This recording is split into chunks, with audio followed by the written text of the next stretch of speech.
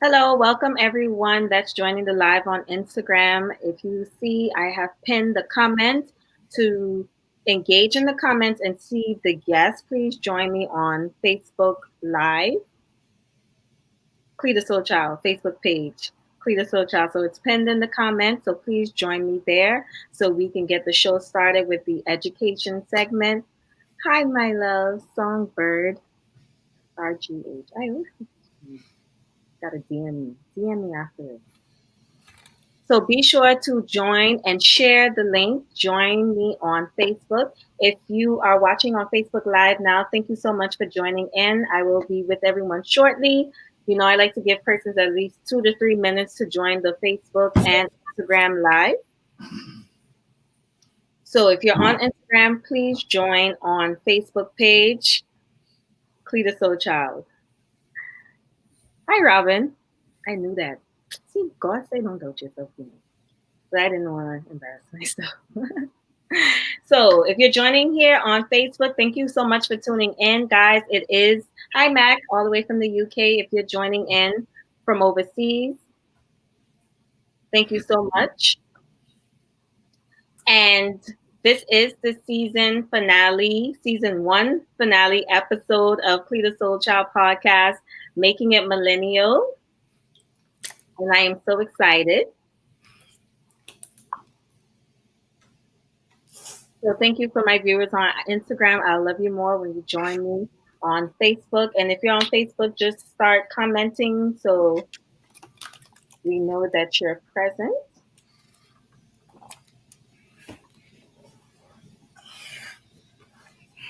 Hi, Tanya. Tanya, join on Clear the Soul Child page, Facebook, please. So be sure to like and share and comment. Hi, Mary. Welcome, darling.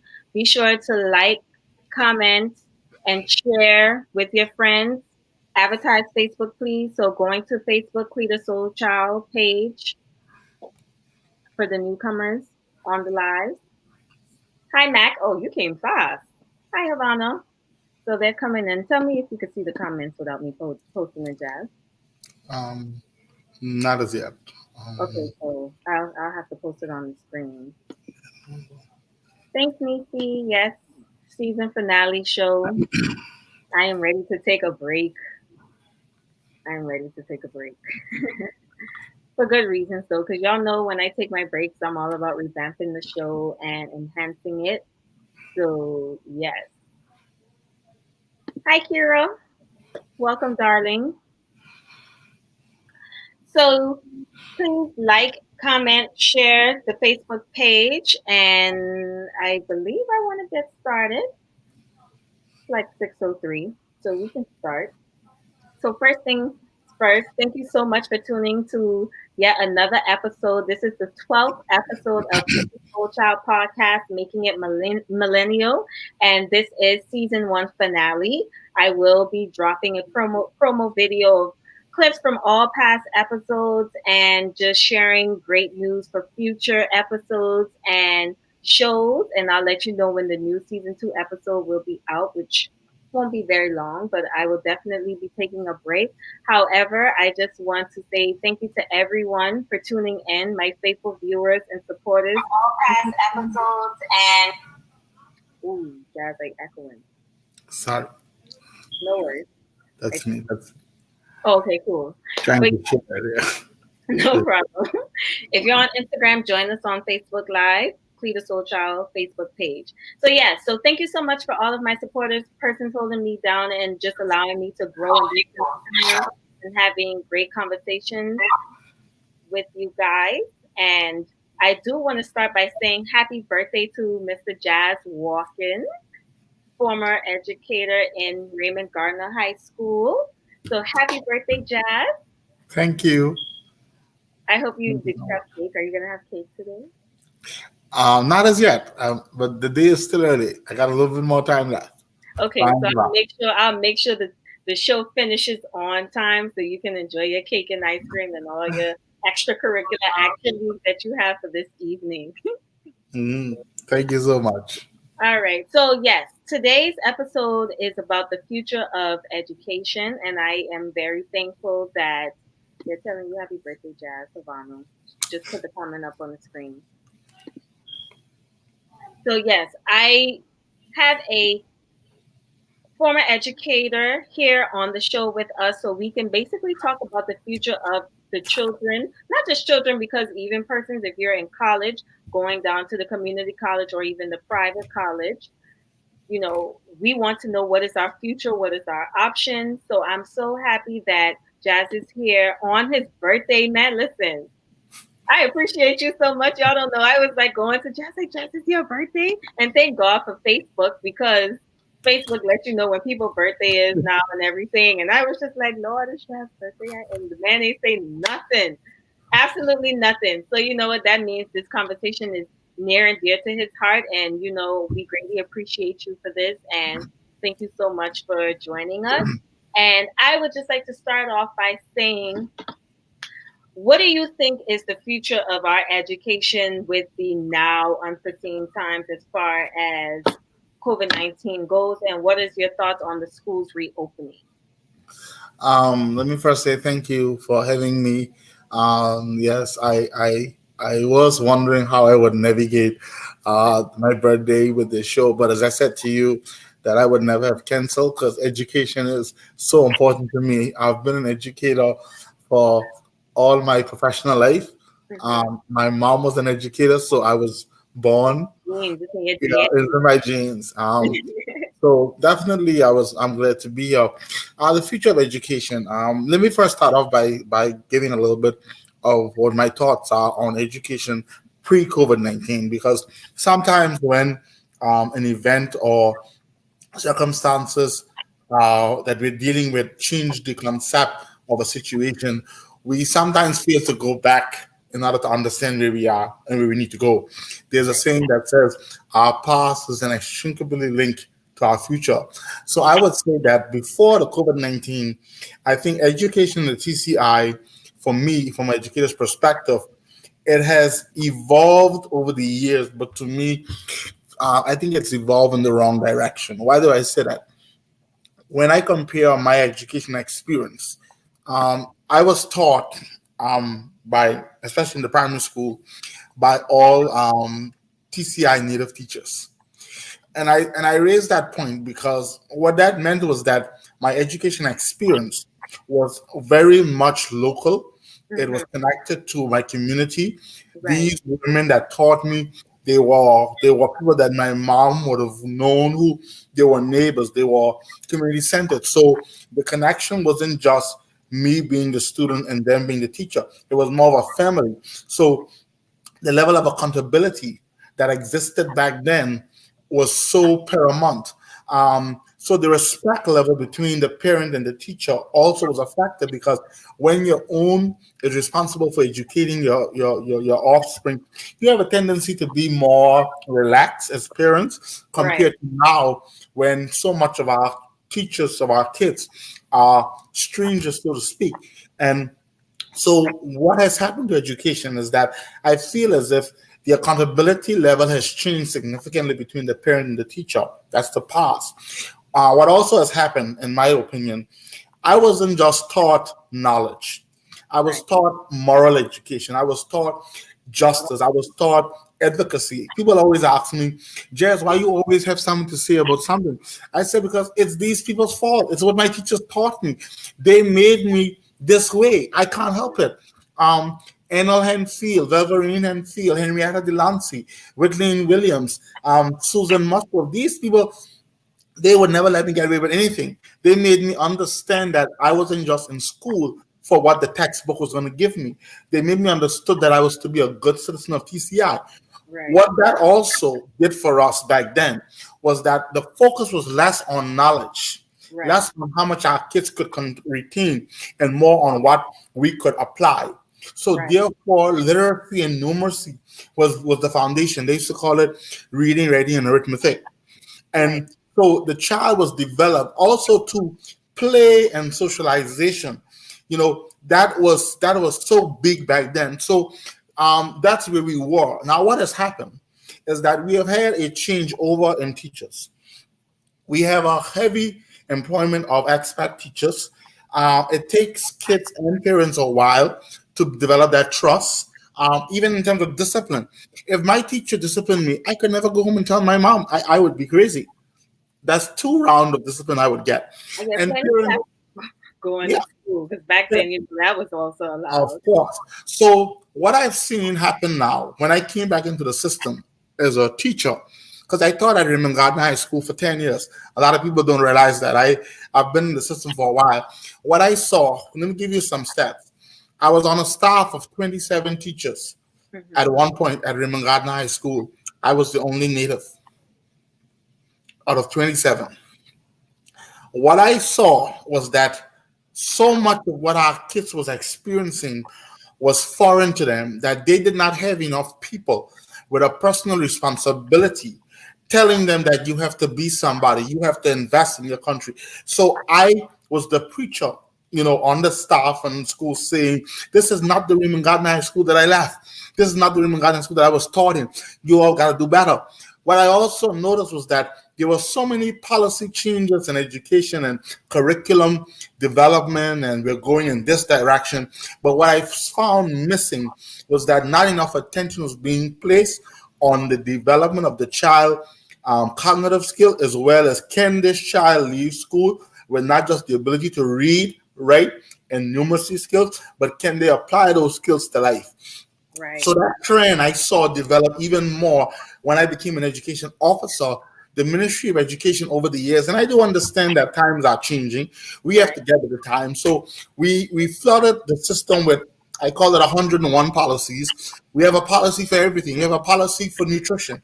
You have a policy for literacy, a policy for special needs. You have a policy for leadership development. We have a CCSLC program for third formers. We're now administrating O level, like our external examination for third formers. When usually it was just fit form, you did your CXC.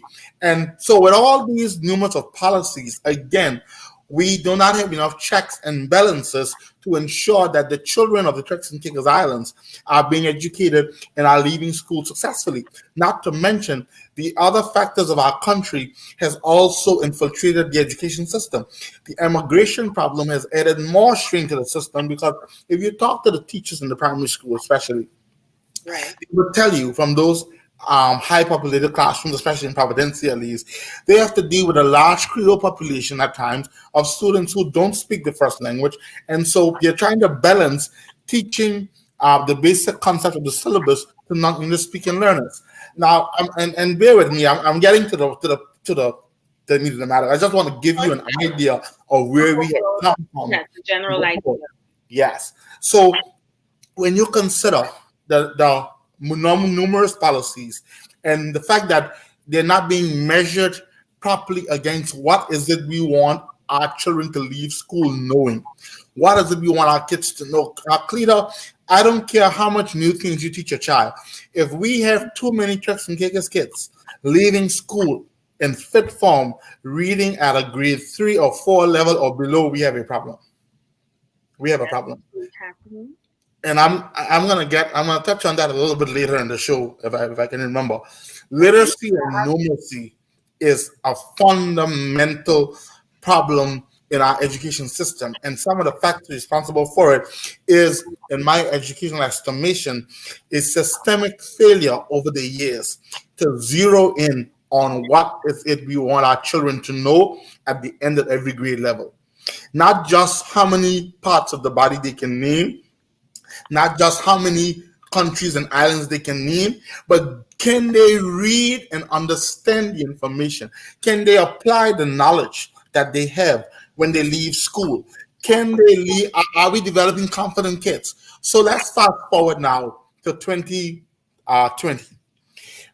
Before the COVID-19 pandemic, the education department, I can speak to this because I was an education officer until recently, and I can tell you that one of the things I've always argued about, all of the things that I've been fighting for that made me very unpopular, is I keep saying no more policies. Can we focus on the vulnerable parts of education? Special needs, for example, we have a policy, yes, but are we building systems that support the weaker students? So there was a concern by me and many other educators and teachers that we were leaving children behind Yeah, before I COVID want to 19. just say the slogan, "No child left behind." Yeah, no child left behind. So we were leaving kids behind within a physical classroom environment. Why? They were being left behind because, again, in schools like Unit Cape Ozita Jolly and ING Prep, I'm calling those names because those aren't Providencialese. You may have a classroom with 28 to 35 kids. A great portion of that classroom, I would say sometimes 70%, are kids of Creole background that may not that may just be grasping English language as the first as a second language. You have kids that are being left behind from in the physical classroom because the teacher, despite her best ability, could not reach everybody. Not Right, to mention the lack of parental support. Now, right, what happens when the COVID-19 pandemic came? We had to quickly go into a online platform, a platform that we were not prepared for. Not the fault of of just the stakeholders and policymakers. As a country, and remember, we have ICT policy, but again, too often times I see a comment, policies are collecting dust, and that is the problem. We don't look within the policies and we pull out from the policies. And let me say this here. I am not impressed by our ability to write policies. This country's problem is our ability to fund the programs that make the policy work. The hmm policy, Cleta, is just the framework. The programs is the picture.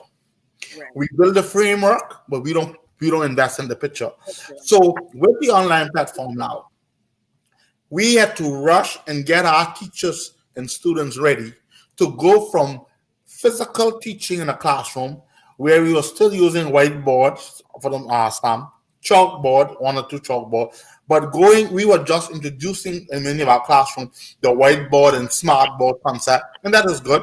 So we went from there to an online platform now where a lot of the onus on education was placed on the parents.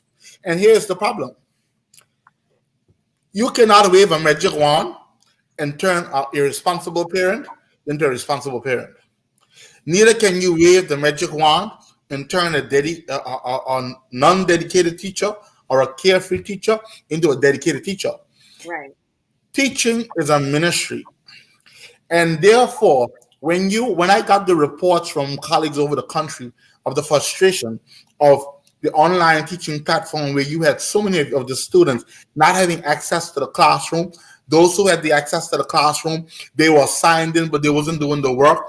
Parents were not able to, ensure that they were doing the work. And I'm not trying to beat up on anybody. These are just the realities of the challenges. But let me interject and say this. This is exactly why on my last show, which show was it? I think it was the one that we tackled about crime and our role and responsibility with that. And that was one of the main discussions that we had as far as okay, as far as the reason why the youth isn't where they need to be now is because us as adults, we are falling short on their Yeah. behalf. Yeah. Okay, we're not, and it goes, it's so many different reasons. We could go into the single parent home issue, or just parents have working 2 and 3 jobs, so they don't have the proper time to dedicate to their children, to even educate themselves, to make sure that they're educating them properly. So the whole process is definitely a domino effect, and we did discuss that. So you just also confirmed it from a teacher's perspective as well. It is a domino effect. And so what has happened now is that the online platform, despite the government's best intentions and the ministry's best intention, it had a lot of holes because the accountability level that is needed Hmm. in education, it was never there the way it needed to be there. I can say that now because I work for myself now. So I can say that now. Okay. Accountability and the leadership in education. I promise not to get too riled up. I promise you can stay calm. PG, I promise. I promise. I You don't have no, I ain't causing no trouble today. But the it's my accountability birthday, so is my birthday. Yeah, I'll the give you one accountability, gift, 1 or 2 times. the accountability cleanup that is needed for education to take place successfully, it needed strengthening. So now you add the online platform. You need more accountability. You Right. need more follow up. And imagine you have a country of about 5,000 students. What about those? Let's just call it a roughly 4,000 students. Right. What about those 4,000 students? Only 2,500 had consistent access to our technology. What if only that means that 1,500 children in this country have been further left behind? So the COVID-19 in terms of the future, I do agree. Education, it will not be the same should this pandemic stay around for a long time. The question we have to ask ourselves is this: what will be an effective approach to Mm-hmm. education should we continue to operate in this online platform? There is no perfect answer. There is no easy answer. This is what these are my thoughts as an educator for over 16 years. One, So the go ahead. I want you to also, when you finish your statement, I want you to also share with us your history in because you said 16 years. So please share with us your qualifications and Oh, what gives you grounds to even share oh, the okay, no problem. perspective with us. Um, So don't forget that thought for me, please. so, well, I would just plug that in now. I have a bachelor's of What's education going on? How can I degree. help? No, I'm not asking you that. It's phone trying to do its own thing. I Right. have a bachelor's of education degree in history and geography Right. from the College of the Bahamas, and I taught secondary history at the Raymond Gardner High School for 10 years. Okay. During that time at the Raymond Gardner High School, I also served as the head of department for Okay. business and humanities for 4 years. Mhm. And then I experimented with frontline politics in 2016. Bad idea. Didn't work out. But I returned to the education department as the special needs education officer. In 2017, for 3 years, I was responsible for implementing programs out of the special education policy. So I have worked at the ministry level for the last 3 years, at the high school level for the last 10 years. Um, over the span of those 13, 14 years. I also spent a term at a private school, so Okay. that allowed me to really, yeah. So that definitely, as I was saying earlier, the online platform going forward, we have to factor in these things. One, we have to look at the accountability between the teacher, the parent, and the student. That's one. Two, yes. Two, the powers that be, well, the ministry and parents and the community have to understand that just as an education, the basic needs were a classroom, a pupil, a teacher, and resources. For online platform, the resources are technology, stable internet, I was going to say internet. good learning conditions, good Right. communication, and a simplified, reduced curriculum. So this is what I recommended to the Department of Education before my exit. I said to them, well, let me share this. Last year, one of the last initiatives that I undertook as a special needs education officer was to launch a national inventory on literacy and numeracy at the grade 7 level throughout the country. The Okay. numbers were not great, believe me. We had overwhelming indication that a great deal of our students in grade 7, which was like Form 1 and Turks and Caicos, they were reading way below grade level. Their literacy and numeracy skills was 4 and 5 grades below grade level, a great majority. What that means is that you cannot build on a shaky foundation, Cleta.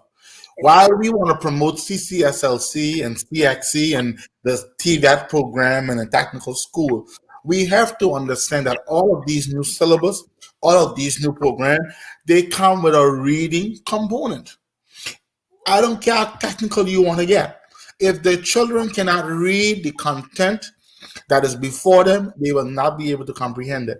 So we Comprehend. have to go back to the basics.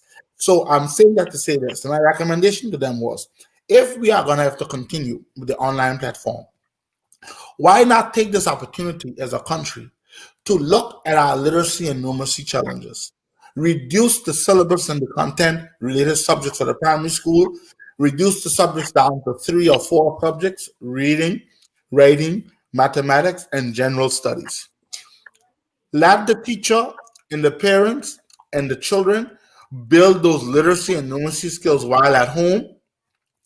While they are on the online platform, there's so much material, there's so much reading resources there, because it doesn't make sense, in my professional educational opinion, to Mhm. try to push all of these 9 and 10 subjects down our kids' throat at a time when parents and teachers don't have the capacity to keep them focused for Mental capacity. mental. Yeah.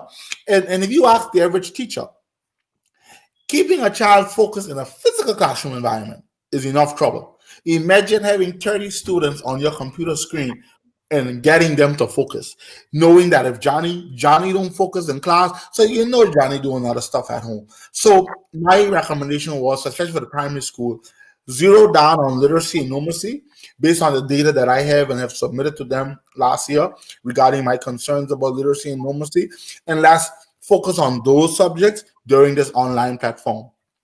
The secondary level is a little bit more complicated, obviously, because we have our kids that we have to prepare for life after high school. But Right. again, I feel as if the Turks and Caicos Islands still relies too heavily on external examination to determine the qualification of PCI children. How many more years are we going to let CXC or GCE tell us that our kids are ready for the real world?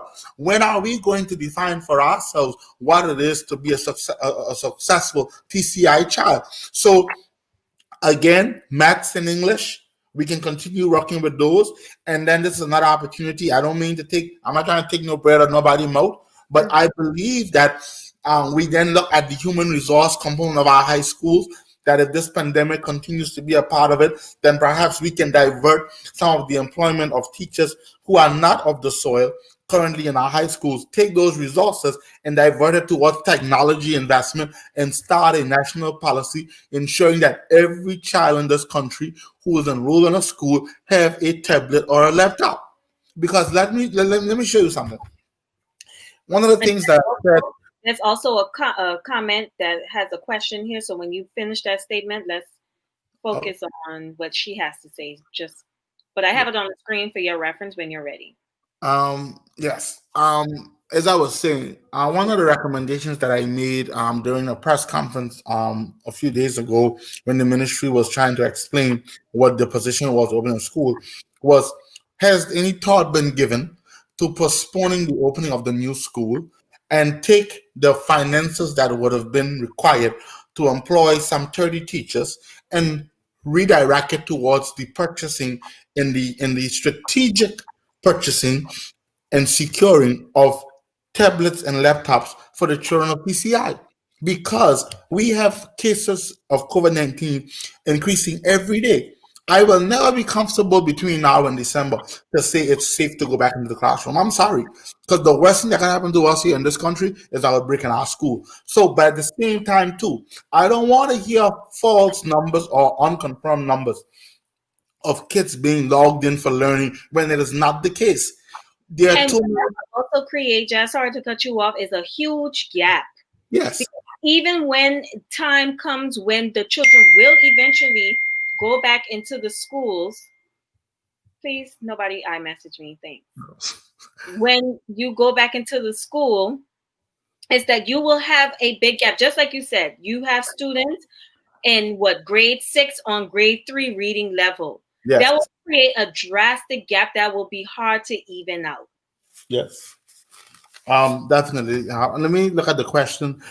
Is there any you want to read it, or you can? Sure, I'll read it. Is there any capacity in the TCI to deal with autistic pupils? It seems as though there's no proper diagnosis nor educational program. They are just ruled out as slow or rude.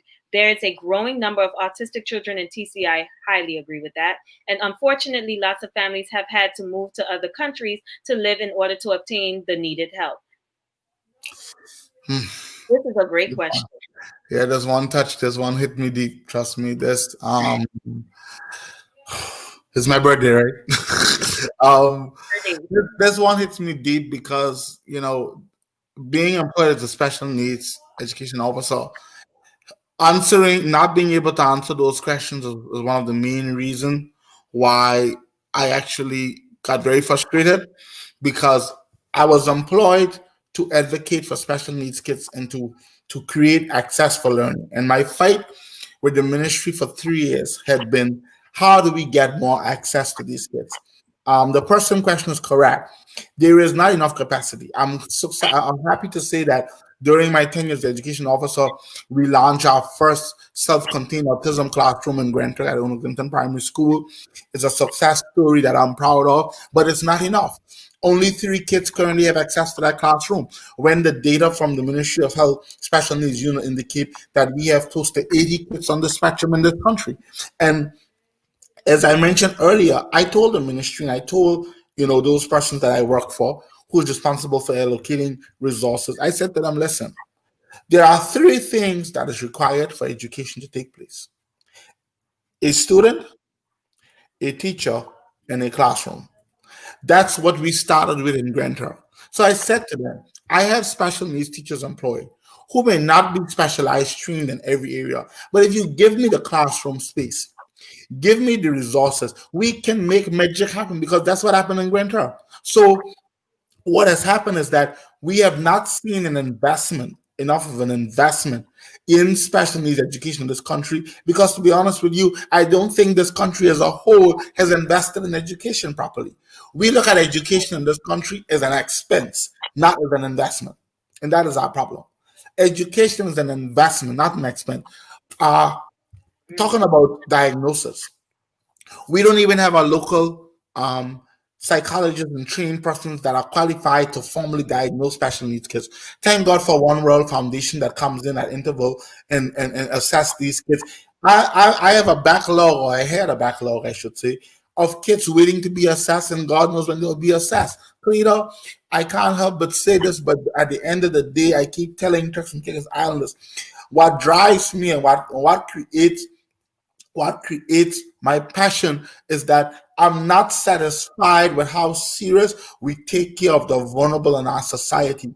I know what it is to be counted out. I know what it is to be left behind, at least try to left behind. I know what it is to feel as if there's no one expecting you to be great. Because let me share something personal with you. If I didn't have the mother that I have, who was a teacher, if I did not have the mother who never gave up on me, I would have been left behind and called a special needs child for the rest of my life. All right. And Yeah, for that's us, a we testimony. didn't even know. We didn't even know what my former diagnosis. I only found out my former diagnosis when I was 35 years old. Believe it or not. Okay. Um. But I share that to say Oh, this. 35, Jas? Okay. Okay, we'll have that conversation later. But that's about the problem, because we have 3 problems. We have the kids that need to be assessed, not assessed. We have the kids that have been assessed, but after their parents are given the assessment report, there is no placement for them. Right.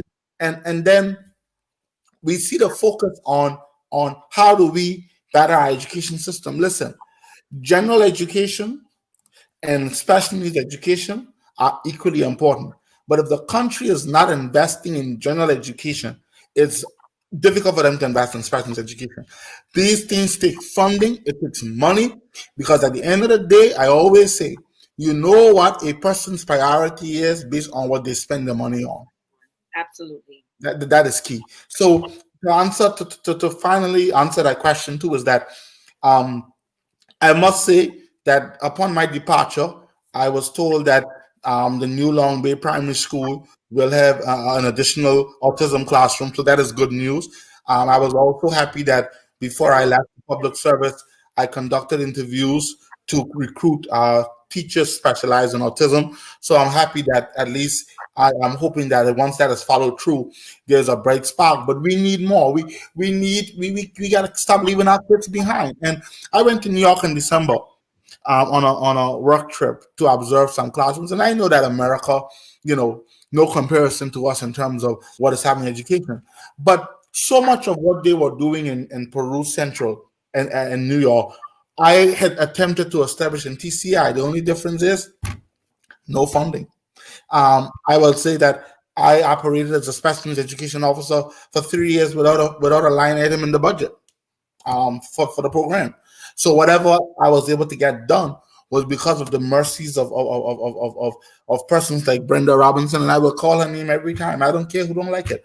She was like a guardian angel and just inspiring me, trying to pull from here, there, and everywhere just to have workshops and seminars. It was pulling teeth, Cleta, And I believe that at the end of the day, if you hire persons, hire them, give them the tools and resources to do the work. I intend to continue my advocacy for special needs education, no matter what forum I am in. And this is something, because I'll end by saying this: the strength of a society should not be based on how strong you make the stronger, but it's how you make the weak stronger. Right. Well, first off, that was a lot. Yeah, I can hear it. That was a lot. But I completely agree with what you're saying. And believe it or not, most persons don't know that I do have a certificate in early childhood education. And I received it when I was in high school. I joined the program when I finished my high school senior year in the state. So a lot of what you said, I definitely understand and can relate to.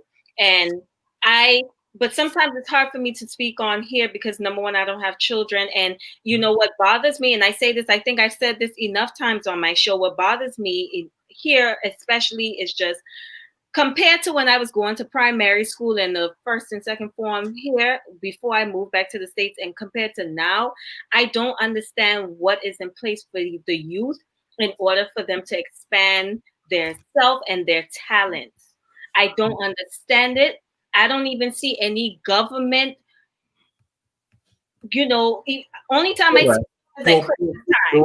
word, the word is programs. Programs. Yeah, programs. I don't see anything. I don't see anything, unless somebody does it privately on their own through their own business, which is great. I know United Way does a great job. Shout out to United Way, and they do the book reading during the Dr. Seuss reading, I believe, during Christmas time. So that's a great initiative and give back from them as well. And but that's all I know. And then I just know the normal Christmas plays and stuff. But it's more than Christmas. There's Yeah. more than Christmas going on. And that's what frustrates me because it's like Christmas come, the children have their plays. And I'm sure some schools they have their sports days, but I just feel like it doesn't still have the same impact based What on my time. And what I've been out you of school, I'm going what almost. you are describing is, I had a conversation. I think it was a few weeks ago. I was on RTCI with Miss Bernicia Cox, Hmm. and she kind of stirred me up because I get passionate talking about, I mean, education and TCI. But what you're describing is what has been, I think, the Achilles for this country over the last 44 years. We've had governments come and go, and we're gonna see them change again in the future or stay, over the last couple of I years. think that's what is our crutch. I feel like Mm. we focus too much on putting the blame on government when we already know the reality about government and how it's I ever changing. I agree, but here's the thing though. The culture of a country, when it comes to change, it often defines how countries progress. When you look at our country or our neighbors and you see what's happening, you know why their citizens get up and do things independently? Because their country political system was derived from activism, trade unionism, fighting for rights. TCI political system just evolved. People was tired of waiting on the British to do things, and so therefore two parties were formed. And so we've become a people who always wait for somebody else to do something for us. So at the end of the day, as I say to people, it's a little bit too late for you to tell me now, don't rely on government, because that's what the government has done for me. They have made our country reliant on changes through political activism or political decision. So what needs to happen now, and this is the thing, private sector is willing, other citizens are willing, but there are certain initiatives, Cleta, government has to lead on. And here's what I'm saying. I am tired of And seeing, they have the funds and the resources of course, in place. That's what's more frustrating. and so what has happened to us as a people, Cleta, and this is why people like me will never be satisfied with just accepting the status quo and never be satisfied with actually giving a round of applause for mediocrity in politics. I am not interested in how many roads you can tar or build. I'm not interested in how many hotels you can build, how many more. I want to see programs develop that change the lives of our people. That is what has the other Caribbean countries more advanced than us. That's why I respect Jamaica. And let me say something. You know Listen, why? You know I why Jamaica have institutions? Because institutions is what change country. Clean up, clean up. Look at the institutions TCI have that is established to change country. You can name on your straight finger. You can't name me 5 institutions in this country that have been established and is currently operating that impact the lives of TCI. We need programs that are for our youth. How do you get programs? You get programs by leadership and funding. We have the money. Stop budgeting for the same things over and over again. The budget is like a hymn book. You know, page 212 is keep on the firing line. You know, page 255 is when you are get to heaven. The Sankey 1012 in the city force. Stop. Take a different approach. The budget numbers, listen to me. I can tell you from experience, I'm so glad I get to work at that level. The numbers don't change. Every year you submit the same thing over and over. How then can you see change? You've got to invest in programs. And you know what's amazing? You'll be surprised to see the support you get when you begin to take the lead in programs. I have so many persons that reach out to me wanting to support special needs, but they need to see what is the government doing to invest in this. Our society, let me end by saying this on this recitation. Cleta, the next government mhm. that makes a big difference in this country, or the next set of leaders that make a big difference in this country, is not the ones that focus on infrastructure. It's not the ones that focus on creating jobs. It is the one that develop programs to enhance the lives of Turks and Caicos Islanders. I to can give you examples of keep it sustained and to sustain it. sustainable, Because yeah, sustainable, that's what we miss. yeah, sustainable. Really. And two, one of the things that I say is that I studied history, and I think it's my worst enemy because what it did for me was it gave me the illusions that the same way other men around the Caribbean over the last 100 years came back home from college and they lift the nation up, put them on their shoulder, and brought their ideas and developed them. It gave me the illusion that when I returned to TCI, that I was going to have the same opportunity to just push ideas through. But what I realized is that those nations saw that they had a problem and they had to solve it. FDR in 1933, FDR became president at the head of the Great Depression. The American economy was in shambles. There was nothing happening. You know what he said to America? He said to America, listen, he said, I know that you're afraid. I can feel the fear. But the only thing we have to fear is fear itself. Do you know why? Because he knew that as president, he needed to show Americans that, yes, I have to put money in your pockets. Yes, I can put food on your table. But I'm not going to give it to you for free. You've got to work. So Learn. you have to earn it. So he developed a bunch of socialist program called the New Deal that employed Americans and put them back to work. And they begin to see that, listen, we have an administration now that understands that our survival is not just based on are we eating meals and are we working, but it's saying let's build our state together. Too often times we hear campaigns about all sorts of things. I mentioned this 2 days ago to a friend. I'm not interested anymore in hearing the promise of jobs, employment. You know what we need to focus on? We need to focus on empowerment. Employment has been too much our focus over the 44 years. We need to focus on empowerment. Turks Islanders need programs that empower them. Empower us. And it's only a little bit of us. That's the hardest part. It's only a little bit of us. What do Only they say? It's like 12,000 or maybe F12. if 12? They may count people like me and you twice. You know, empower the people, man. I have a question for you because it's so funny that you're on that topic and you made a statement and I didn't want to interrupt you.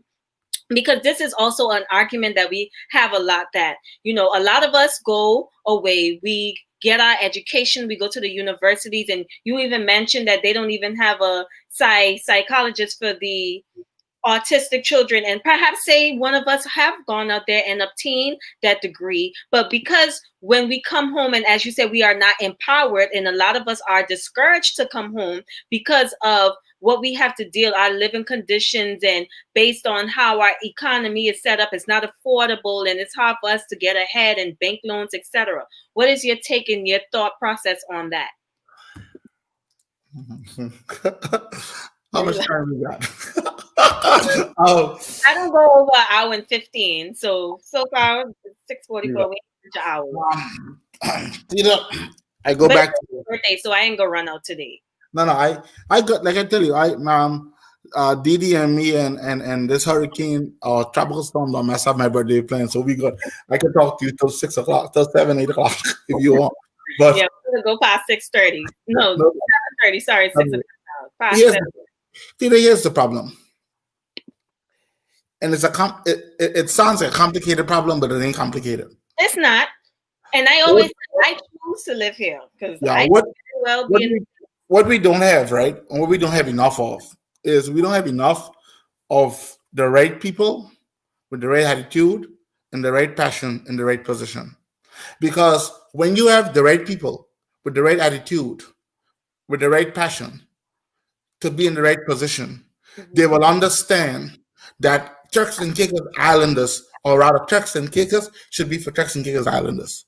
So when you are creating a position, whether it be in the public service or private sector, or when you are designing an economy that create jobs, who are you creating the jobs for? It's for Turks and Caicos Islanders. So here's the thing: Jamaica, Barbados, Trinidad, and our neighbor, the Bahamas. The one thing I respect those people for is that when they build their country and design their economy, they designed it for the natives of their country.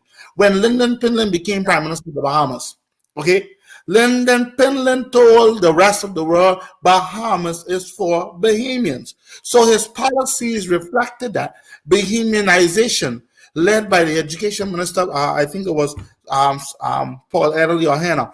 They developed a policy that if an expat had a job in the Bahamas, he was to be understudied by a Bahamian for a period of 3 to 5 years.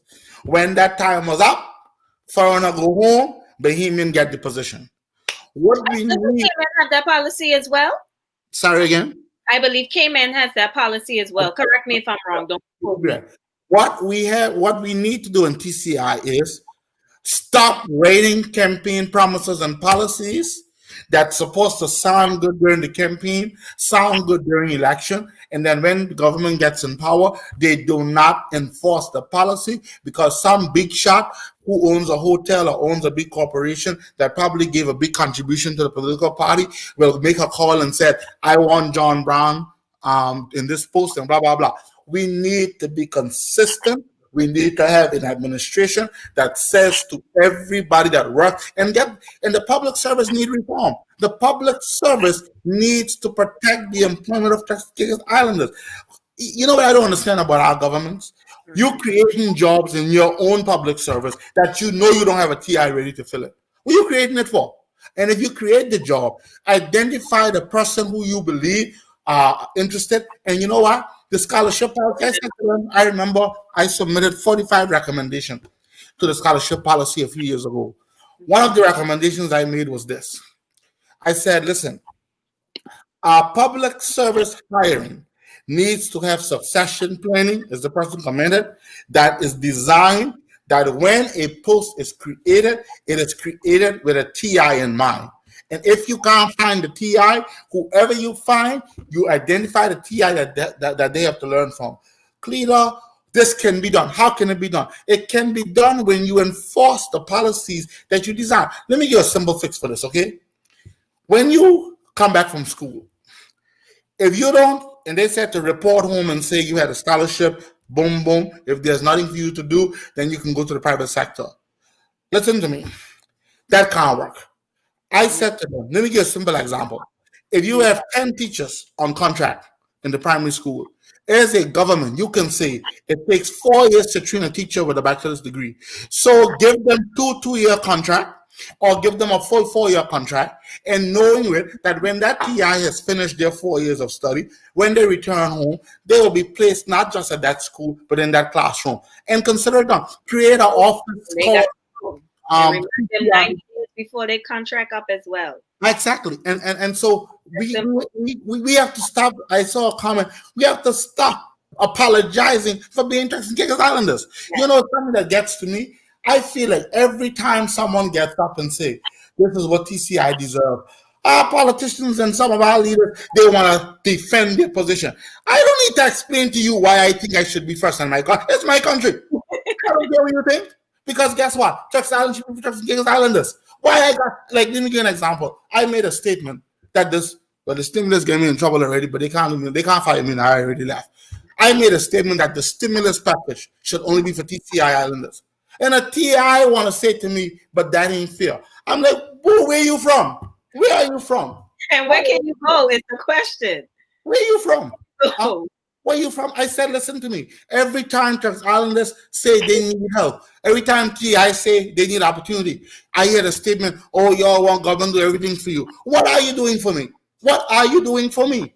I always keep saying this over and over. This is my country. When America realized that they took the lands from the Indians and rigged them off the land, even America decided, you know what? Because we did y'all wrong, we only gonna let the Indians run the casino. Well, right. listen to me. I don't want no more reserve categories of business. You know what I want? I want waivers for economic capital. I want economic policy that makes funding available for me to invest in my idea. Oh, one more thing. Please take off the red tape that says it must be tourism related, because COVID don't kill that. So, COVID it. what happened to what happened to me demanding that my kid have a place in the classroom? Why do I have to send my kid to a private school? Because the schools are overrun with kids from other nationalities who, anyway, let me leave that. Listen, Yeah. Because then Cleta, that's when that comes. we have to we have to begin to promote nationalism in our country. We need to give Turks Island a fighting spirit. You know, when I went to school in the Bahamas, it was a wonderful experience. But not one time did those Bohemians ever let me get beside myself and believe that what they entitled to, I'm entitled to. They make me know, young man, you're from Turks, you humble yourself. Okay? Humble yourself. I want Turks and Caicos Islanders, and I'll say this to the millennials, because thank you, by the way, I only discovered a few weeks ago that I am a millennial. I thought I was in another category. But I want the millennials to understand this, though, Peter.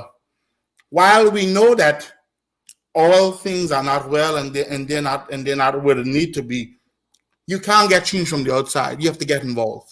Right. Peter, every country that changed, it changed with young people. Old people don't change country. That's why when Moses had led Israel so far in the wilderness, it was Joshua who the hand was upon to take him across to the promised land. I want the millennials to not just become social media activists, not just do podcasts, not just demonstrate when we're angry, but I want us to understand that because of the nature of our country, because of the history of our country, the changes that we have had in TCI has all been through politics. So I'm saying to you, I want to say this before. Okay, but no, I don't. Go ahead. I'm saying to them, Hmm. while what you're doing is important, while what you're doing is very important, don't be afraid to get involved in politics. Don't be afraid to get in. Listen, I know it's that thing you don't want to talk about, it's that thing you don't want to read No, about. I know. I have my defense about politics. And this is the statement that I wanted to make. I hear what you're saying, but for me as a millennial, I think I would do more work outside of politics than I would being actually involved in politics. The most I would do is vote. You At least I'm saying this now. Don't call me if y'all see me in like No, politics. Like, and you're probably right. Everybody knows their own niche. When I say get involved in politics, I don't mean that everybody has to run for office. I don't mean that everyone. I'm talking about get involved in the processes that govern your country. Get that I involved. stand for. Get involved in the issues. Read the issues. Clear. We can't let. How do you think we keep getting Mama Guy every 4 years? Because we don't read. We keep getting Mama Guy because we don't Fundamental. read. I Reading is feel we don't. Yes, I behave. Yes, I be. That's two Brownie. I had two points. Okay, we need to stop being Mama Guy. We need to stop. We need to stop relying on other people to tell us what to think, what to feel. We need to get involved in and understand how government works. Do you know there are so many young people that will never work in government because they don't understand how to apply for a government job? They don't understand the process. And the thing about it is this, I have tax islanders who have said to me, I'm not going to apply because they didn't give it to me anyway. I said to them, don't reject yourself. Let them reject you. Get involved. Can I say I'm guilty of that? Don't do I, that. Stop being guilty. Don't do that. I've been that person. I Listen, won't lie. when I I can be completely honest.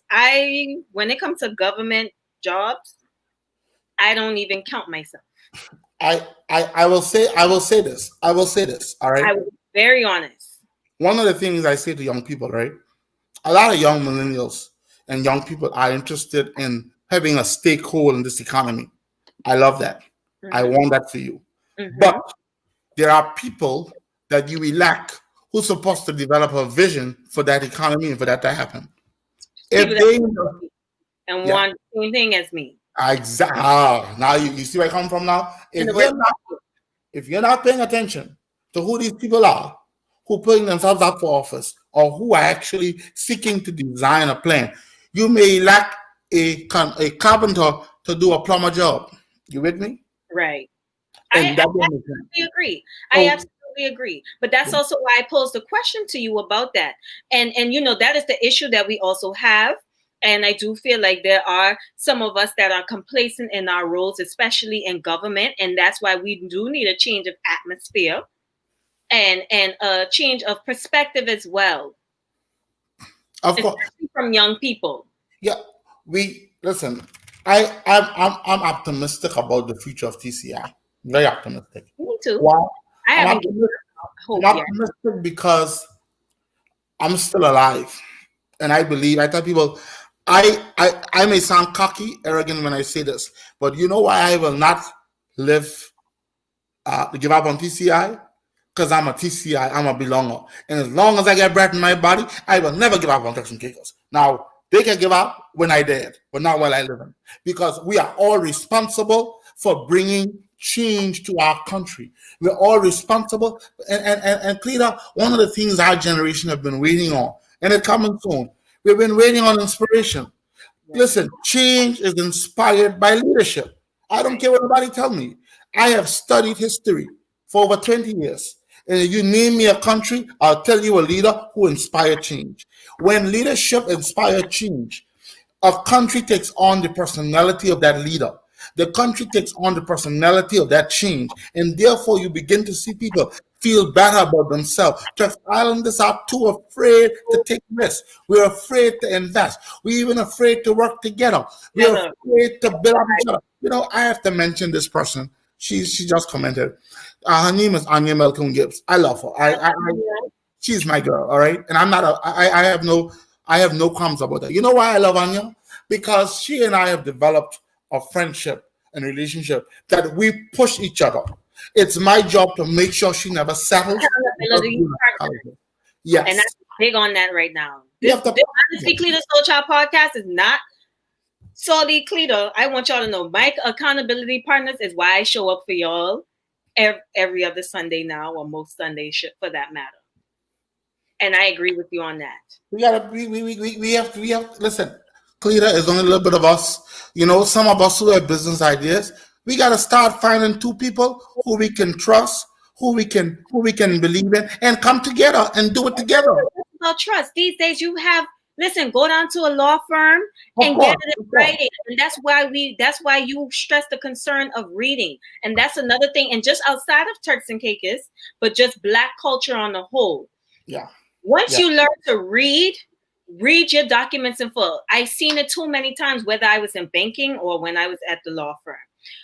Too many times you put documents in front of people and they don't take their time to read. And I'm not gonna lie, I've been guilty of it sometimes too, because I'm a millennial. I don't have no patience. I'm trying to get to the point. I'm trying to see, okay, what is thing trying to say? But no, we need to learn to read. But what I want to say to you, Jas, as well as how do we go past, okay, because even though I have this great show right now, and everything. And yes, people are in the comments and we going strong. But my biggest thing is I am solution oriented and I Yeah, like taking action, especially while you got my attention.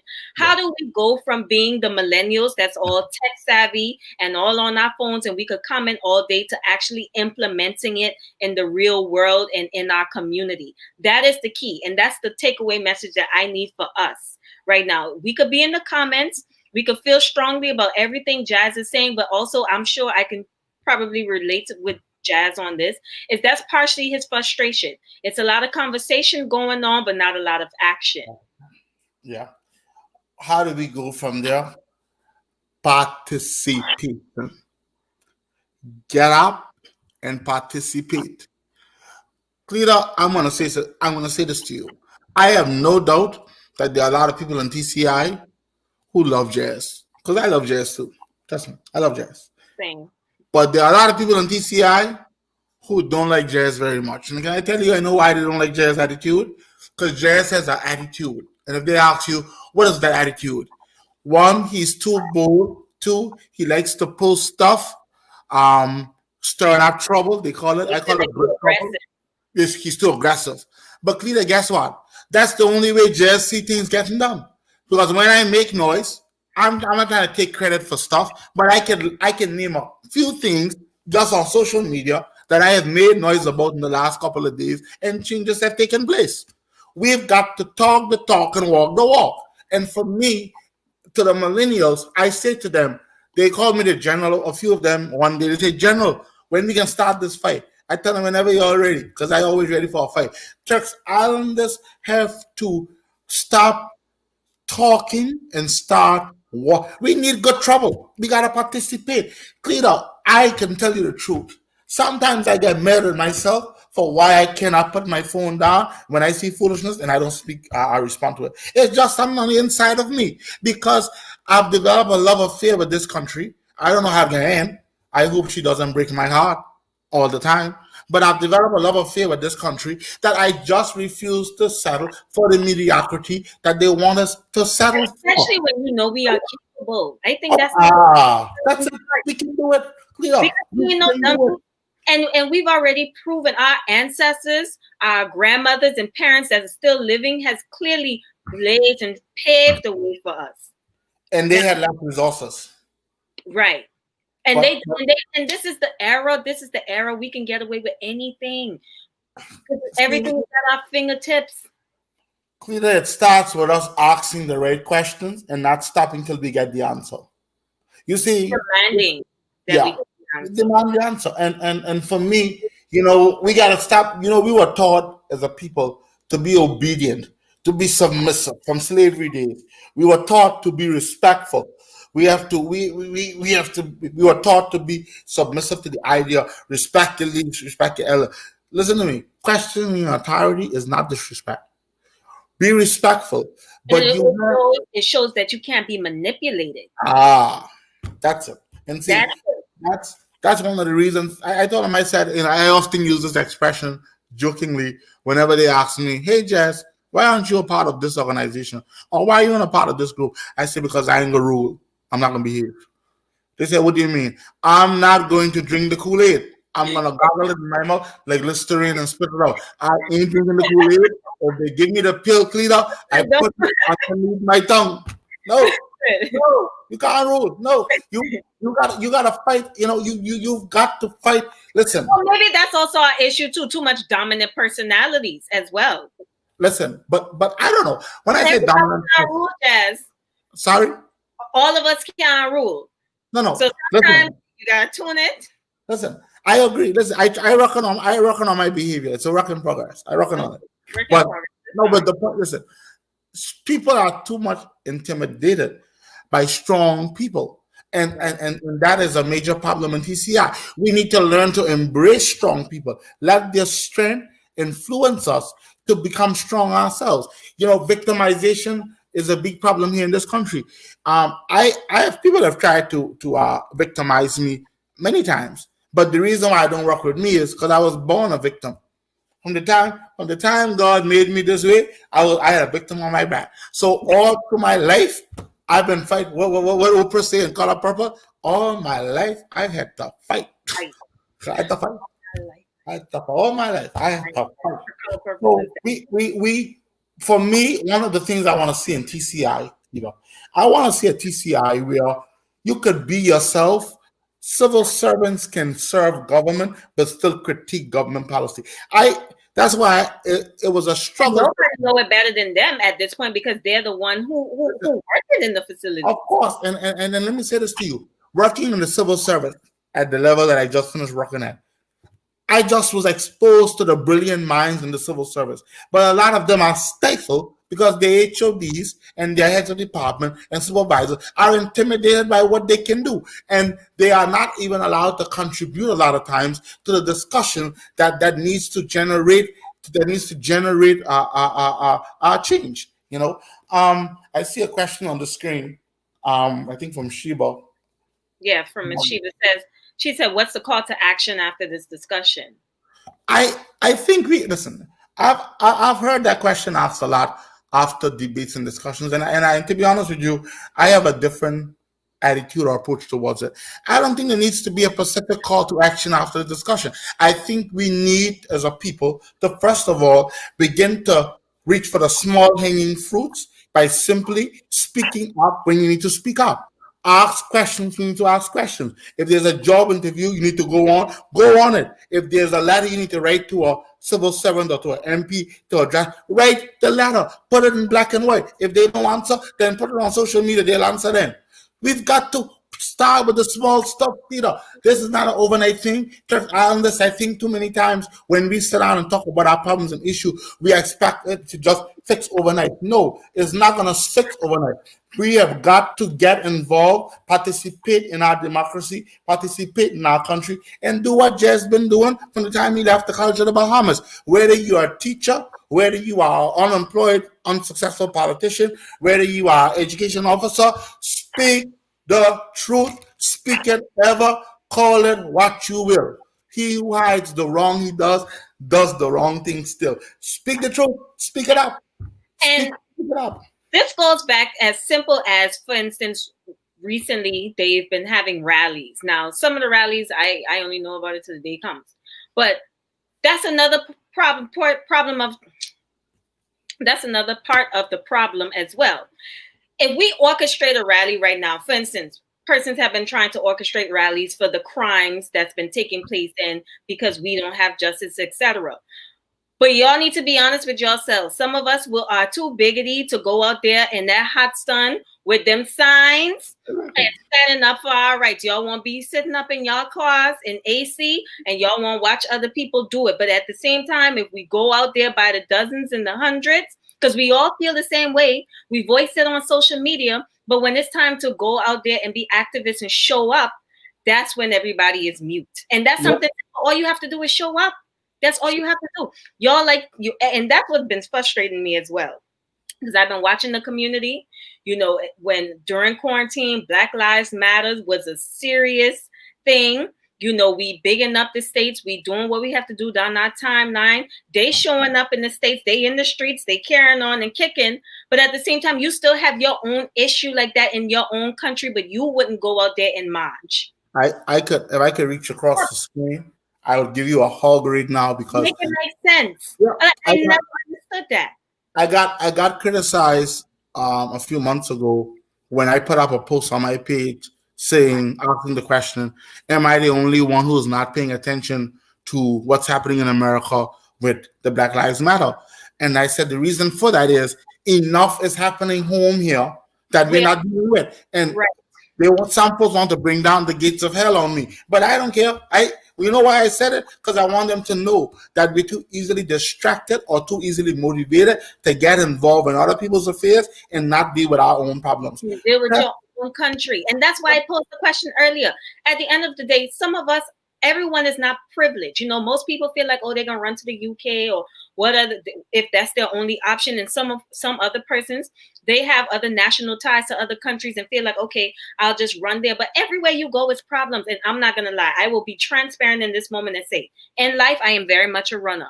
I did have a pattern trait where if there's something I don't like, whether it's a job, a relationship, whatever, I can drop it, leave it, and go about my business. But my revelation came when I had to face myself in the mirror and realize my problems always came back to haunt me because the problem starts with me. And that's what we need to understand. We need to face ourselves as Turks and Caicos Islanders and basically pose the question of where does the issue stem from? How are you contributing to the issue? Even if you're turning a blind eye to the issue, that's still an issue. Most people feel like if it's not affecting their home directly, they don't need to get involved. It's a mind your business situation, but it goes beyond that because you don't know where your children will end up in life, where in turn that turns around and affect them. Yeah, it's you said a mouthful, and we have, listen, as I said before, this thing ain't a fix overnight. Cleta, this thing not gonna fix overnight. I've been on a journey now. Um, I would say for some 16 years since I came home from school. Mhm. Um, I remember when I graduated from high school. I was the valedictorian and I delivered a speech. I wrote a speech, a typical valedictorian's address. But in that moment, in 2001, I was listening to the graduation from H.J. Robinson High School because their graduation was the Monday. Mhm. And there was something that came over me that inspired me. And I heard the words in my head, Jess, you are going to have an opportunity to speak to your nation, not just your little graduation class. Why not shock the hell out of these people and speak some real truths? And Cleta, I think it was in that moment that I realized that we have to take advantage of the gifts that God has given us. Listen to me. Every man has been given a gift. The Bible said, your gifts make room for you and bring you before men. If this little shaky boy who knock on the side, gift is to be an orator and speak into the hearts and the soul of people to get them to believe in themselves, to show them that despite your challenges, despite your circumstances, that you can do it. Well, that's my gift, and I'm going to do it until I You have see to it. own it. You have to You own have it, to and use so it.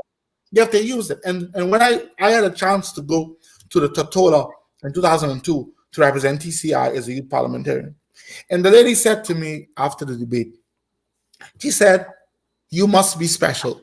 I said, why? She said, because your country, and I could have taken it as an insult, but I didn't. She said, of all the people your country could have found to represent them, they sent you.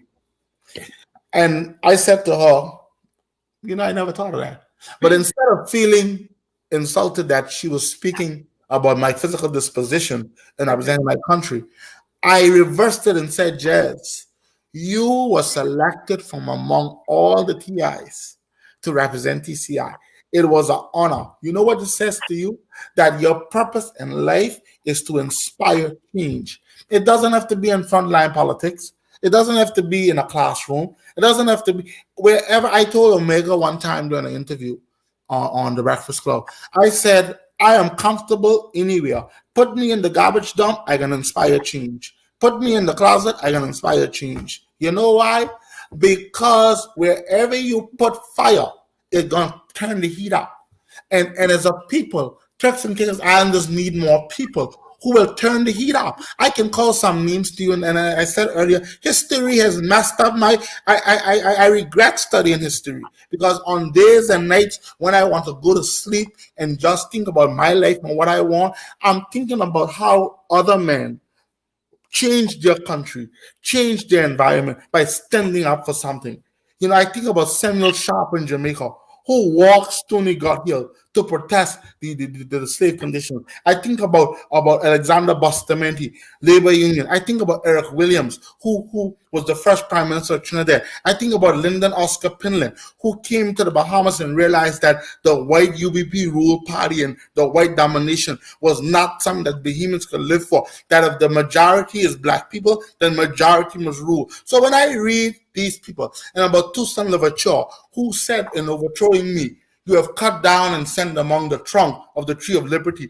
These people have put some foolish thoughts in my head that we all have a responsibility to affect change. I don't like be Turks and Caicos can do better, Cleta. I know we can do better. We can do better. I love the reference that you made that at the end of the day, if a shaky person like you could represent the Turks and Caicos, or it doesn't matter where you go, whether it's in a classroom, school. I also want to say this, and when you were referencing knowing your gifts, especially on a biblical term, the Bible tells you if you don't utilize your gifts, God will take it away from you. And what I Yes. want to add to that and say is as well, there are Turks and Caicos Islanders that are in positions to help their people, or even if it's not just their people, children, the youth. You don't know how long you're going to hold the position that you're in. So Yeah. you don't want to wait until you're out of that position when you have more power in that position to use the drive and the change and the opportunity that you could do with that position in order to make the change that's needed. And then it becomes harder for you when you come out. So Yeah. I hope someone takes that into consideration as well. Utilize the positions that you're in, and not even just the position, even if it's just your influence. If you're somebody that's a people person, the community love you, but all we know you to do is love up on us and then just go home and close your door and cook your grits and your whatever. Like, no, like, you need to come out, because at the end of the day, your life is not your own. Your Mhm. life is not your own. And I ain't mean to get spiritual, but I'm gonna get spiritual. Your life is not your own. And it's just as simple as me even saying, Cleta Soul Child, y'all know plenty days I don't want to come on here. I ain't gonna lie. Because in my mental and my real life, I got my own things going on. But at the same time, I know that there's people that count on me. They love the topics and they want to hear what other people's perspective and views are. So I will never take that. Well, I don't want to say never, but I won't take that away from the people that actually tune in. So it goes beyond yourself. Yeah, it has. You know, one day I was sitting down putting a list of past students together, um, for trying to bring my former high school alumni back to life. And I sat down and I started counting the students that I have taught in my 10 years at Raymond Gardner. The closest number that I could tally, I went through my previous mark books over the 10-year period. Approximately 1,300 children passed through my hand in those 10 years. And I said to myself, Jazz, you had 13 different young people that you had an opportunity to inspire and to touch. That was overwhelming for me. And I raised that point to support what you're saying. We have to look beyond us. Honestly, I know sometimes, I'm a very candid person, Cleta. I don't know how to be anything else. I know sometimes people feel as if Jazz is full of himself. He's always got something to say, blah, blah, blah, blah, blah. But there was a time when Jas Walkin would never be on this podcast talking to you. I was afraid of people because when I walked into a room and they looked at me as the elephant in the room, I would shake profusely and I would just feel so less. I was afraid before I delivered my first public speech. I needed a serious prayer and supplication because I couldn't do it. And I remember a time when, and no offense to my community, there was a time when there was not much dreams for Jazz because Jazz didn't have far to go. Jazz was just Linda's child with a physical disability. Amazingly, now nobody wants to accept that I have a disability, but back then I did. You know why I had a disability back then? Because back then, many persons wanted to define for me what I should be and what I can't be. And that is what is killing Turks and Caicos Island. We have a witchcraft spirit. What do I mean by that? A witchcraft spirit meaning we have a spirit of control. We want to tell people how to live their life. We want to shape them, form them, tell them you go there, you can't be a doctor. I have people tell me what I can and cannot be. Oh, you want people have told my mom that she wanted too much for me, that she need to accept that I was not like other children. I thank God she didn't listen. And I'm sharing this to inspire people to understand why I am the fighter that I am, why I believe in myself the way I believe. Because the things that was hurled at me by adults sometimes, some of those scars are still permanent, but I refuse to be bitter. I refuse to be angry. I learned to believe. I learned to believe that there's a God up above, and when He created me, that He created me for a purpose, and not just me, but everyone's created for a purpose in this place. I thank God for people who, when they met me, they didn't see me as a disabled person, but they saw me as someone with purpose. I saw Ms. Ruth Blackman comment just now, and I have to say this. I don't know why Ms. Blackman pushed me to be in the parliamentary debate. I don't know why she thought that in less than 24 hours I could be the Speaker of the House in 2001. I told her she was out of her head. I can't do it. But she pushed me. 6 months later, she invited me to participate in a speak off in Grand Terre to go to St. Kitts. Then she pushed me again. and I went to Totola. She got me interested in parliamentary politics. So if y'all want to know why I love politics, blame Ruth Blackman because I didn't know politics before then. And But is Miss Honorable Blackman? Ruth Blackman, Honorable Ruth Blackman. Hi, You Miss know, Black. she used to be the clerk to the council for over 30 years. She was a part of the junior parliamentary debate. But I mention her because she is one of the persons that pushed me into the interest in this stuff. I have people like Honorable Cynthia Oswald who saw something in me. My teachers, they saw something in me. And instead of rejecting me, they developed it. So my belief in myself is also connected to my belief in TCI people. How would Miss Blackman feel? How would Honorable Cynthia Oswood feel? How would my mother feel? How would my teachers feel if I was to take all that was deposited in me and sit down on it? I can't do it. It would be an insult to Yeah, their time and so their patience with you. we have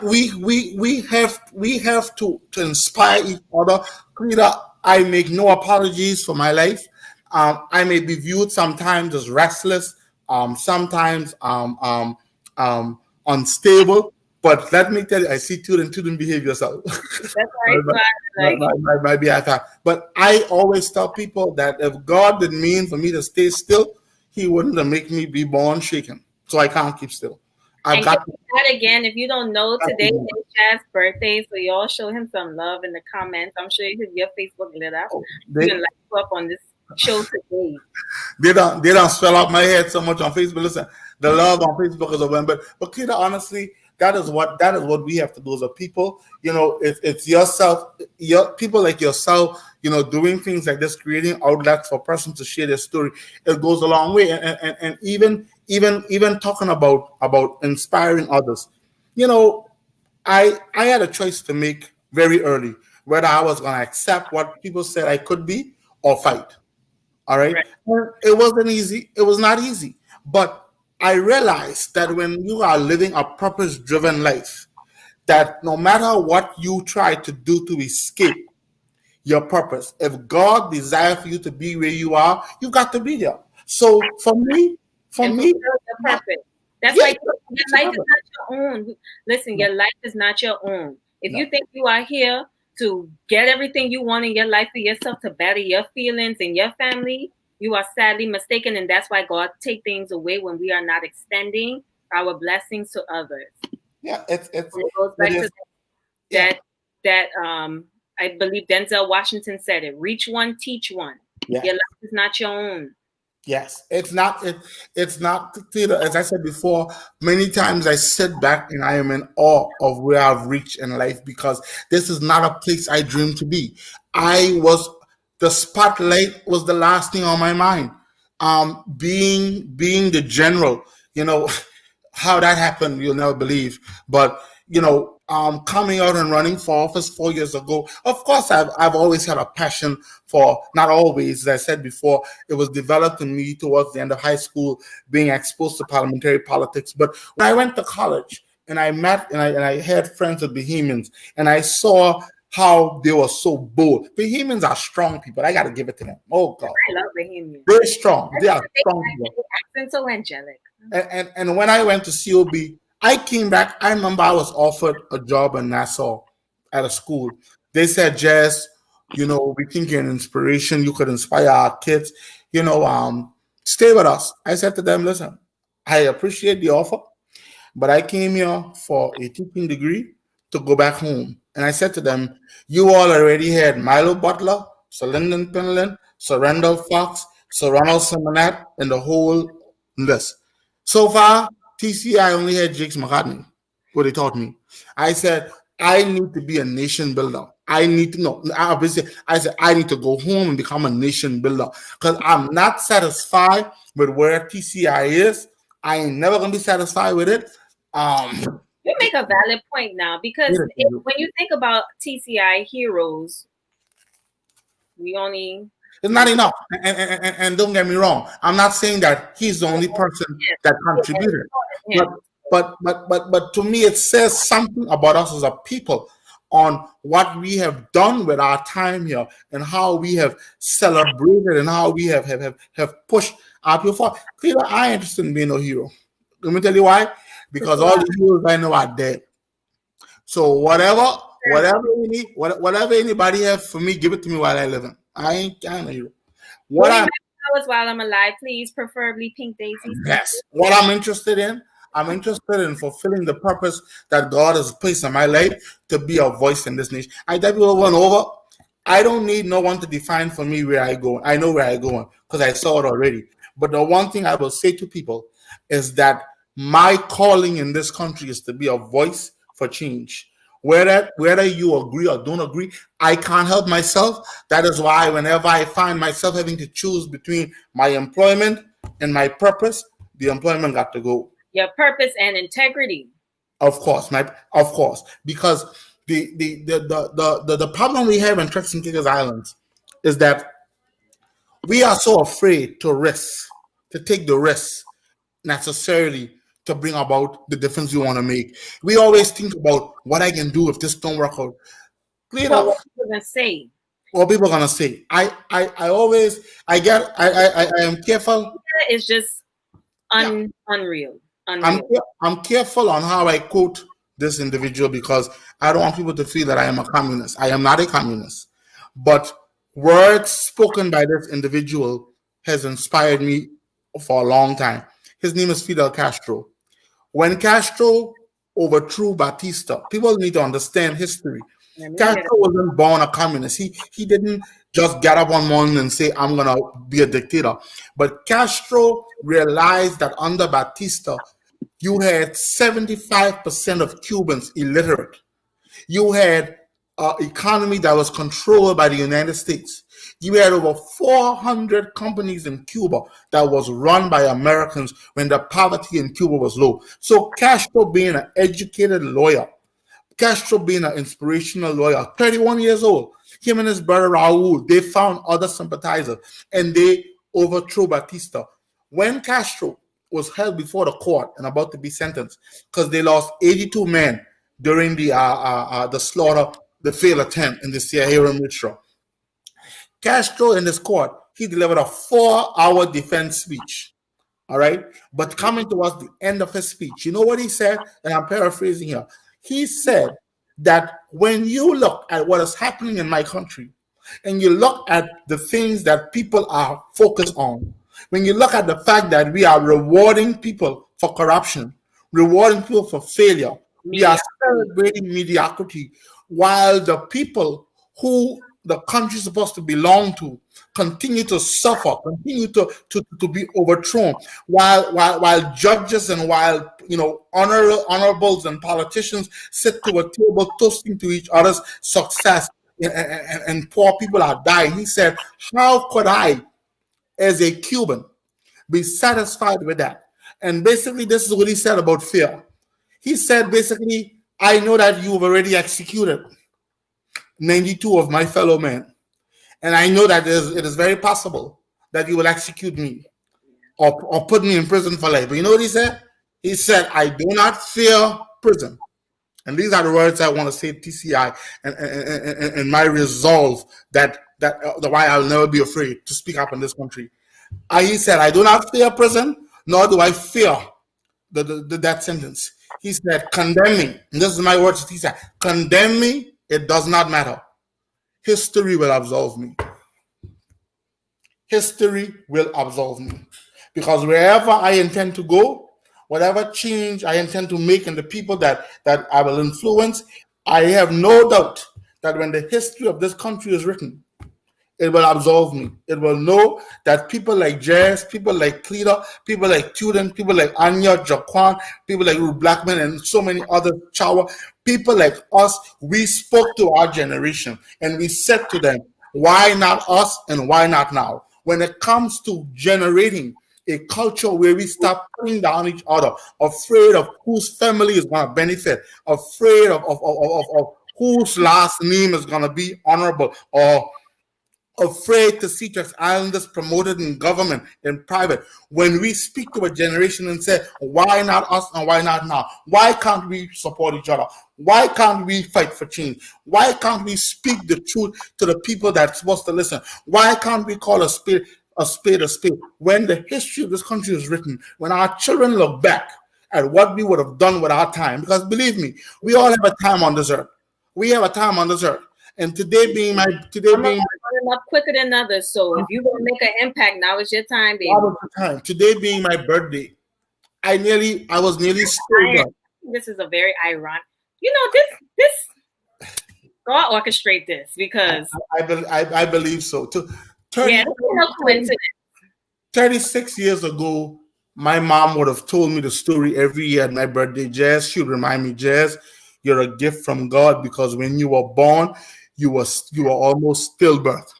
There was no oxygen. You were blue. You wasn't making any sound. I thought I had lost you, but I began to pray and I asked God, if He stay alive, I will dedicate you to Him. I share that to say this. I am glad that God spared my life. I am glad that He gave me the opportunity to live in a country called Turks and Caicos Islands. Someone said to me one time, Jess, I think you was born in the wrong country because maybe you would have been so far advanced somewhere else because people would have embraced you more. Maybe they're right. But this is where I was born. This is where I was raised. And whether or not we want to accept it, we have to look within ourselves to be that impact. So that is why I say those, why not us and why not now? Turks Islanders are capable of running this country. Cleta, and we're gonna run this country. You could take it to listen. You And can tell we're me the ones dying by yeah, the dozens. That's what eats at me more, you know. Because we're the ones dying by the dozens, and it's my generation, older people living longer than us now. yeah, yeah, we're losing a generation. And it's scary. It's scary and it's just unreal to me. It's unreal. I can't even put it into words. Every time I see my peers dying, I just start shaking because I just wonder, man, how much time I got because nobody is safe. It's scary. It is scary. Nobody is safe. And We it makes you wonder when if you knew tomorrow was your last day, are you okay with what what you've done with your life when you look back? Are you okay and satisfied with what you've done with your life and yourself and what you done for your children? I ain't got no kids, so but you know, I think about my siblings still. I think about my nieces, my nephews. Like I think about all of them. If anything, I push this hard more so for my family around me than I do for myself. If in all honesty, because even me, I'm okay with where I am in life. I'm at peace, and I feel like my sole purpose is to be a service to other people. So that's something to think about, guys. yeah. It's trust me, that question you asked it has me thinking because I mean I still consider myself relatively young, but that is what we have to ask ourselves in this country. Are we doing the best we can what we have? And man, Cleta, I love tea. I love tea. I plenty. I mean, I get emotional. I Oh, Jas, don't cry because I can't console you. Lord, Jas, don't cry. Okay, take a minute. I can let you get it. I can let you get it together.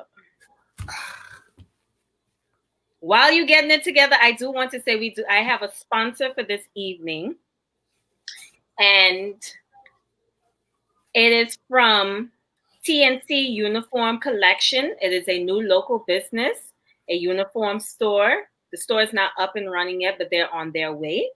Actually, let me put their information in the comments. So I will, before I start the question segment, guys, I will let Jas get herself together. Man, don't make Jas cry. What's wrong with you all? Oh, man.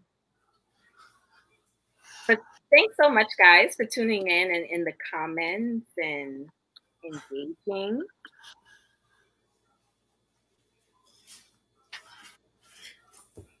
I'm telling you, Jas, you're crying and then listen, Jas, I'm gonna have to find you and give you one big fat birthday hug and so many other things.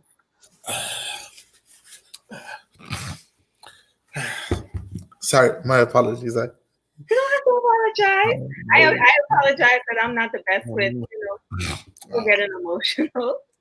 Oh, that's fine. Yeah, I don't know.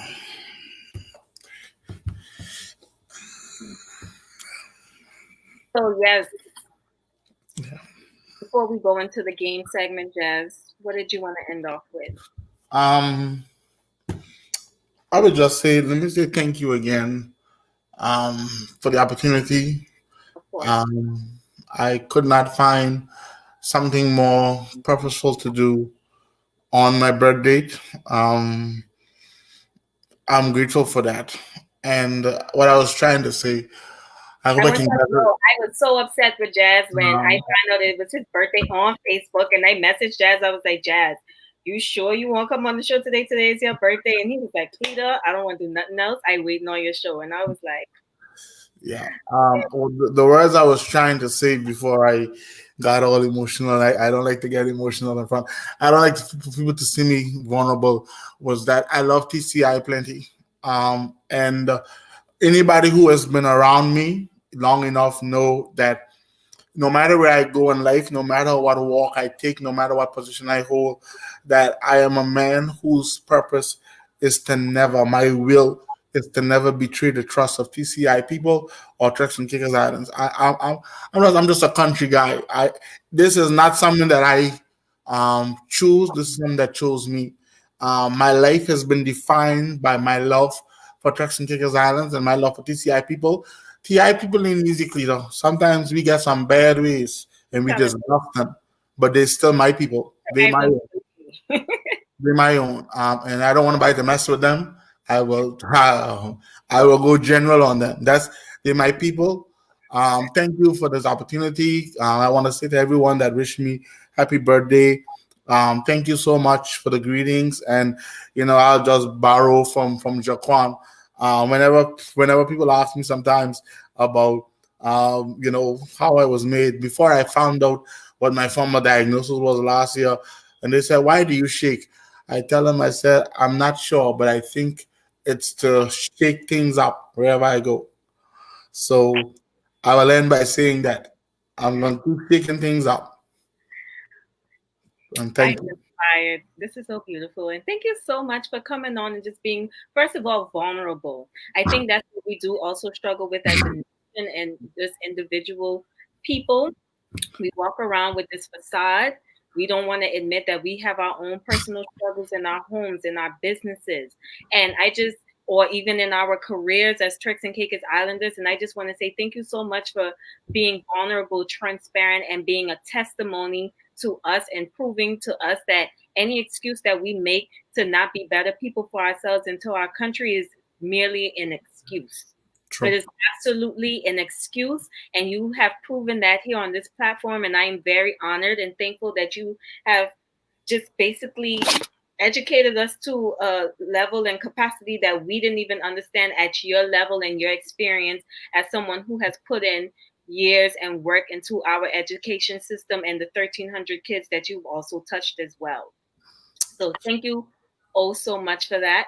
And you can definitely stay on if you want while I do the giveaway segment right now. I think I'm going to try to regain my composure. I can't let them see the general too emotional. That's not good for my general type reputation. But uh, I just sit up here and talk about vulnerability, and you don't want them to see the general. not me cry. A cry in general is not good when you're in a fight. But yeah, Okay, fair enough, fair enough, fair enough, fair thank enough. you, thank you, man. So, Bye bye. of course. Bye Bye, Jazz. So bye. everyone tell Jazz bye. He'll probably hang out in the comments. He can do that as well. All right, Jazz, later. So, guys, thank you so much. If you don't know yet or already, I guess I'm with Jazz. Yeah. If you don't know already, this is season one finale of Cleta Soul Child podcast, Making It Millennial. I do want to extend a great thank you to number one, all of the sponsors over the last 12 episodes.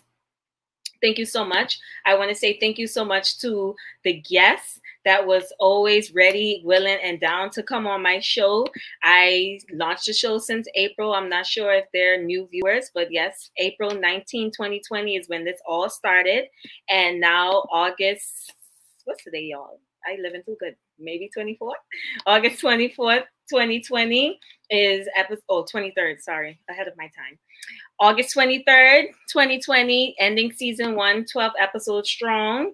And I just want to jump in. The first question is, thank you so much for everyone in the comments. I can't reach everyone, but thank you so much. So the first question is, how many government schools are there total in TCI?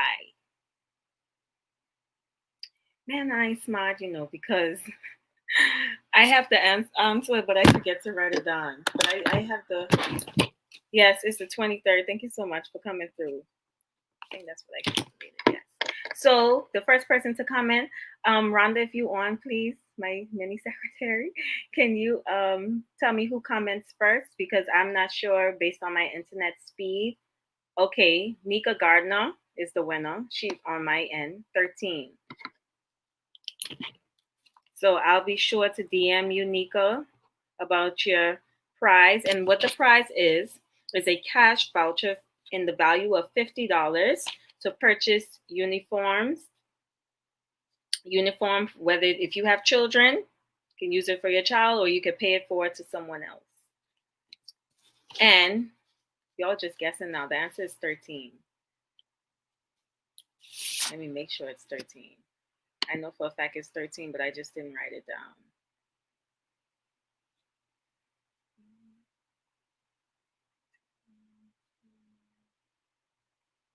Hold on, no. I think I'm wrong, guys. Y'all right. It is 15. I just calculated. Sorry. So who said 15 first? See, this how like this. I dropped the ball, guys, though. I ain't gonna lie. I thought I wrote it down and I didn't. So Miss Swan, I think she's the first one to comment. Miss Swan was the first to comment. Millennial, I think that's how you pronounce her name. Sorry if I spelled it wrong. Or said it wrong, should I say. I miss my background music, y'all. Okay, and it'll be another cash voucher in the value of $50. And this question is, what year was the schools renamed? Yeah, I know, I dropped the ball, Joanne, don't embarrass me.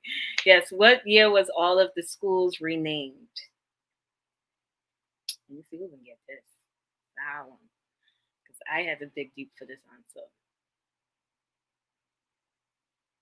Yeah, with the comment section, yeah, but from my viewpoint, Miss Swan, she won that first question. It's actually 15 government schools, and Turks and Caicos on the whole. So yes, I will repeat the question. What year was the schools renamed? What year was all of the schools renamed? Thank you, Miss Stubbs. I'm just calling out names. Tiffany, no, darling, try again. You close though. Not 1989. Anyone else?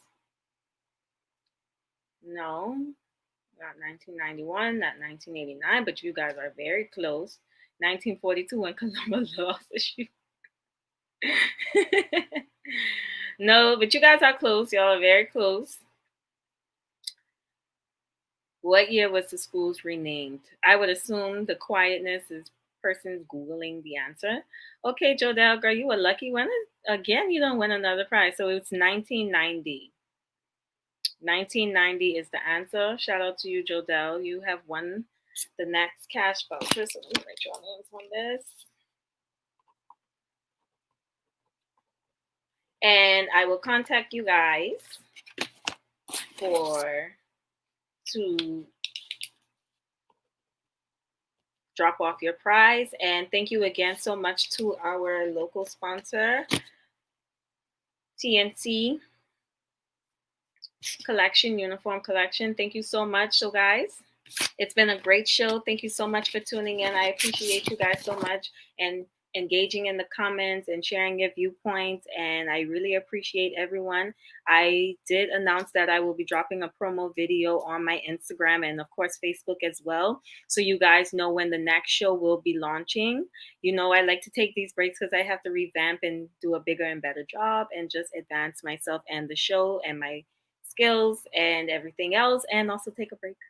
But thank you so much for holding me down this first season. It's been amazing. I really enjoyed it. Thank you so much for allowing me to share my passion and tapping into a creativity that I did not know I had.